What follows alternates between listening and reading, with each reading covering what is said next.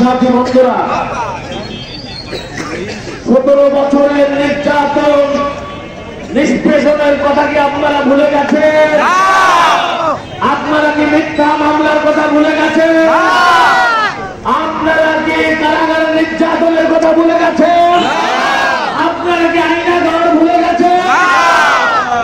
মনে হয় ভুলে গেছেন। কেউ চেয়ারম্যান হওয়ার জন্য খাই খাতের বাতাচ্ছেন, ঠিক কিনা?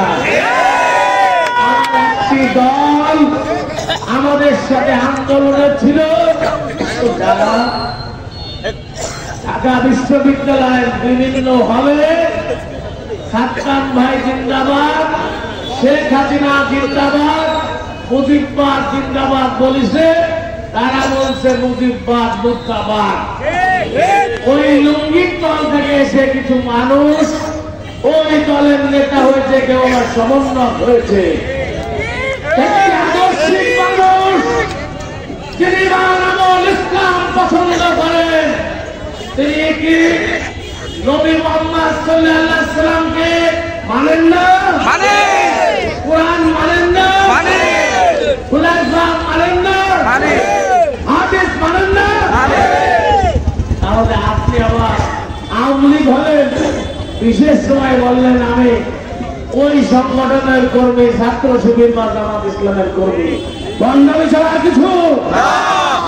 যদি আদর্শিক আল্লাহর এবং রসুলের মহব্বতের কলিজার টুকরো হয়ে থাকে, আখিরাতের চিন্তা হয়ে থাকে, তাহলে কৌশল করে কি আওয়ামী লীগের জয় বাংলা দেওয়া যায়? জয় বাংলা দেওয়া যায়? তাহলে বুঝতে হবে তারা ক্ষমতায় চায়। আজকে বাংলাদেশের জমিনে 5 তারিখে যখন শেখ হাসিনা উড়ে গেল, তখন তারা চিন্তা করলো 6 তারিখে পূজা মণ্ডপ পাহারা দেশে আগের দিন একসাথে মিছিল করলাম, মিটিং করলাম, তারা কিন্তু ডিভাইডে হয়ে গেল।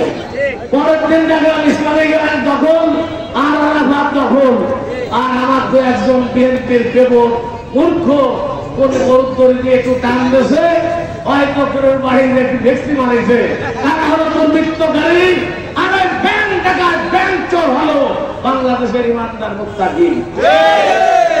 আর তাদেরকে বলতে চাই, আপনারা তো সবসময় ভালো কাজ করেন। জিয়াউর রহমান আপনাদেরকে রাজনীতি করার সুযোগ দিল, 86 সালের নির্বাচনে আপনারা হলেন কি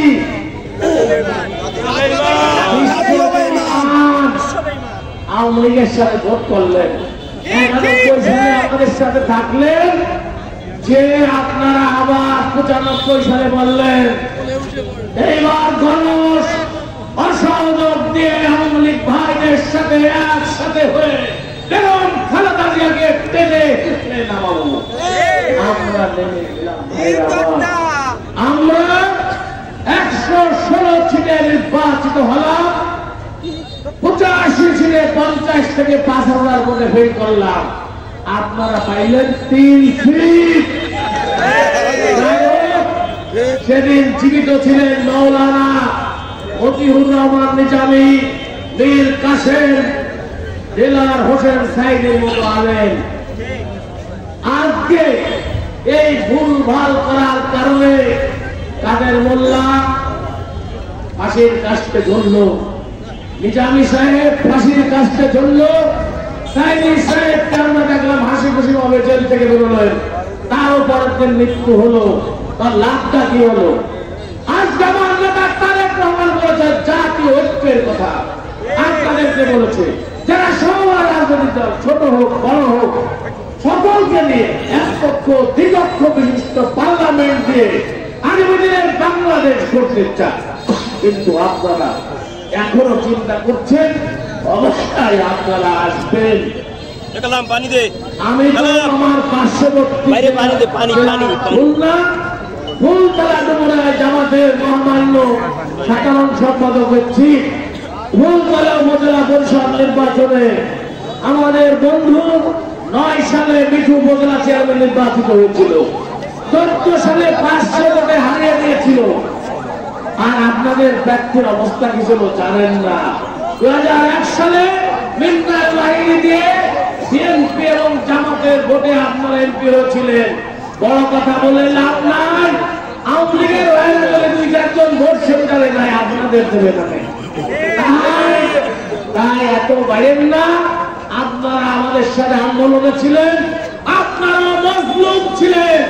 মজলুম সঙ্গে ঐক্যবদ্ধ হতে হবে। মজলুমরা যদি ঐক্যবদ্ধ হয় তাহলে বাংলাদেশ হবে আগামী দিনের সম্ভাবনাময় বাংলাদেশ।